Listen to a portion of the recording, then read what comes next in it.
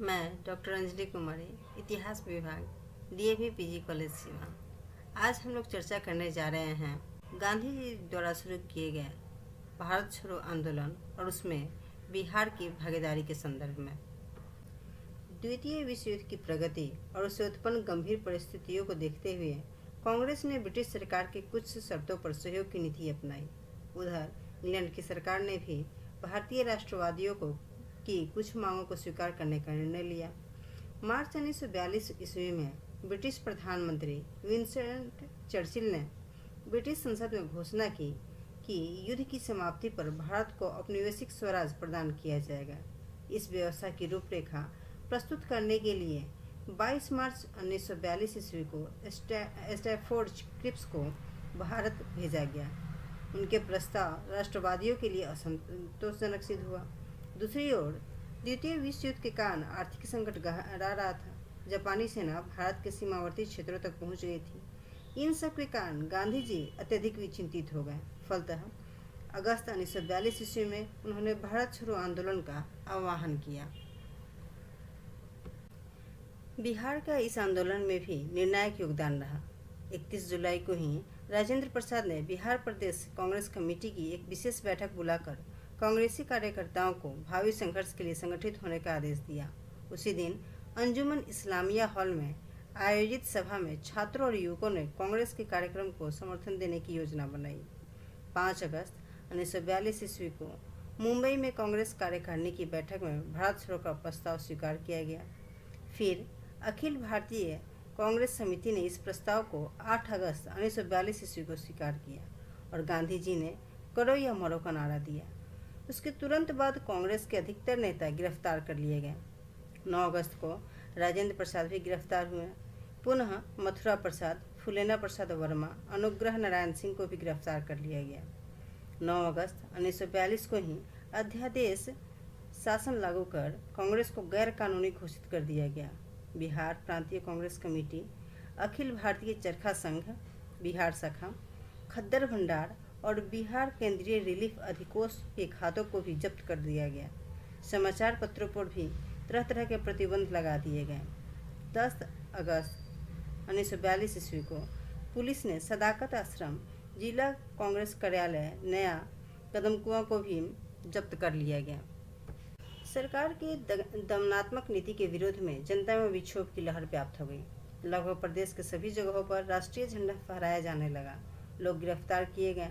11 अगस्त 1942 ईस्वी को पटना की स्थिति काफ़ी उत्तेजनापूर्ण थी। उस दिन विद्यार्थियों की एक जुलूस ने सचिवालय भवन के सामने विधायिका की इमारत पर राष्ट्रीय झंडा लहराने की कोशिश की।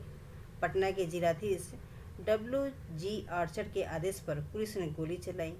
7 मारे गए और अनेक घायल हुए।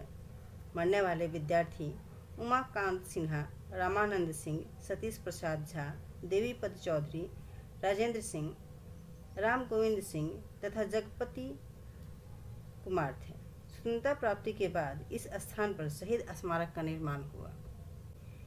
इस गोलीकांड के विरोध में 12 अगस्त को पटना में पूर्ण हड़ताल रही। उसी शाम गांधी मैदान में आयोजित सभा में जगत नारायण लाल की अध्यक्षता में एक प्रस्ताव पारित हुआ कि संचार सुविधाओं को ठप कर दिया जाए और सरकारी कार्यों को शिथिल बना दिया जाए। फलतः पूरे बिहार में रेल की पटरियां उखाड़ी गईं, तार और टेलीफोन की लाइनें काट दी गईं, डाकघरों, रेलवे स्टेशनों, थानों और अन्य सरकारी इमारतों को जला दिया गया और पुलिस पर आक्रमण किए गए। सरकार ने भी अपनी निरसन शक्ति का उपयोग कर आंदोलन का दमन किया।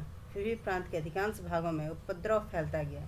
सारण, सोनपुर, छपरा, सिवान, गोविंदपुर, मुजफ्फरपुर, मीनापुर, बेलसंड, दरभंगा, शाहाबाद, गया, कुर्था, अरवल, पटना, पूर्णिया, कटिहार, सहरसा, मुंगेर, भागलपुर आदि क्षेत्रों में हिंसात्मक घटनाएं घटी और प्रशासन के दमन चक्र के बावजूद क्रांतिकारियों ने अनेक स्थानों पर कुछ समय के लिए सरकार को ठप कर दिया।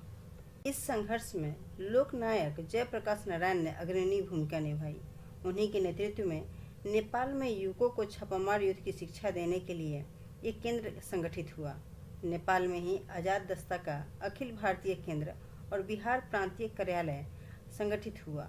आज़ाद दस्ता का गठन विशेष रूप से सरकार के विरुद्ध तोड़फोड़ की कार्रवाइयों के लिए किया गया था ताकि कार्यों में सरकार को बाधा पहुंचे।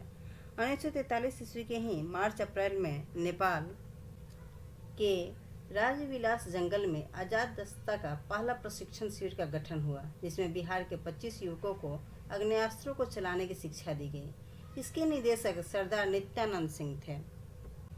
इसके अतिरिक्त आजाद दस्ता के सदस्यों को तोड़फोड़ करने के लिए 3 तरह की कार्रवाइयों की शिक्षा दी जाती थी। पहला, यातायात के साधनों को क्षति पहुंचाना, दूसरा, औद्योगिक प्रतिष्ठानों को क्षति पहुंचाना और तीसरा, संचार साधनों को नष्ट करना।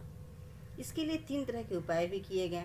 पहला, साधारण तोड़फोड़ के लिए हथियारों और औजारों का प्रयोग, दूसरा, अग्निकांड द्वारा सरकारी फाइलों आदि का विनाश और तीसरा, रासायनिक पदार्थों और बारूद द्वारा विस्फोट से मिलों, कार्यालयों आदि का विनाश।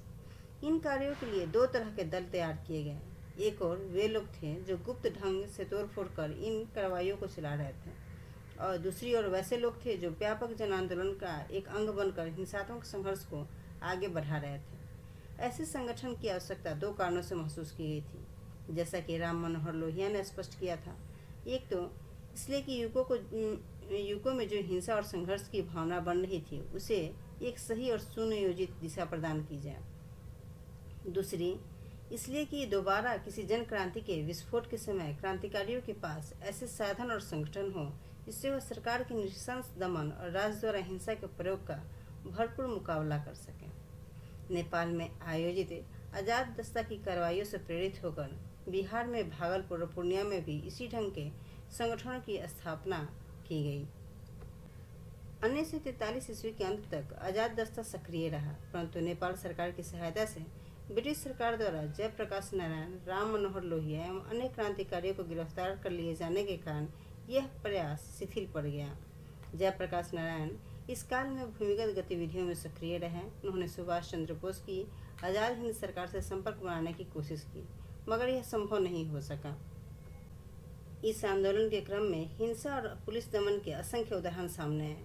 सिवान थाने पर राष्ट्रीय झंडा लहराने की कोशिश में फुलेना प्रसाद श्रीवास्तव पुलिस की गोलियों के शिकार हो गए। सारण में जगलाल चौधरी ने पुलिस थाने को जला दिया। चंपारण में एक पृथक सरकार बना ली गई। दरभंगा में कुलानंद वैदिक और सिंहवाड़ा में कर्पूरी ठाकुर ने संचार व्यवस्था को ठप करने का काम किया। मुजफ्फरपुर के पास थाने को जला दिया गया, जबकि गया के कुर्था थाने पर झंडा फहराने की कोशिश में श्याम बिहारी लाल मारे गए। कटिहार थाने पर झंडा फहराने के कोशिश में ध्रुव कुमार को पुलिस ने गोली मार दिया। डुमरांव में ऐसे ही प्रयास के फलस्वरूप पास के थाने को जला दिया गया। छोटा नागपुर क्षेत्र के आदिवासियों ने और विशेषकर ताना भगत आंदोलनकारियों ने भी अपने क्षेत्र में ब्रिटिश सत्ता को चुनौती दी। जमशेदपुर में टिस्को के मजदूरों ने हड़ताल कर दी। डालमिया नगर में रोहतास इंडस्ट्रीज के श्रमिक हड़ताल पर चले गए और जगह जगह विरोध प्रदर्शन हुए। इस आंदोलन की एक विशेष घटना यह थी कि छात्रों ने कुछ रेलगाड़ियों पर कब्जा कर लिया और इस ट्रेन को अपने नियंत्रण में एक स्थान से दूसरे स्थान पर चलाकर आंदोलन का प्रचार प्रसार किया। इस ट्रेन का नाम स्वराज ट्रेन रखा गया। इसने भारत छोड़ो आंदोलन को आगे बढ़ाने में काफ़ी मदद की। इस आंदोलन में महिलाओं ने भी काफ़ी बड़े पैमाने पर भाग लिया। छपरा में श्रीमती शांति देवी के नेतृत्व में एक जुलूस निकाली गई, किंतु जब पुलिस ने लाठीचार्ज करना चाहा तो महिलाओं ने नारा दिया, पुलिस हमारा भाई है। इस नारे ने भारतीय सिपाहियों के मन को छू लिया और उन्होंने लाठी नहीं चलाई।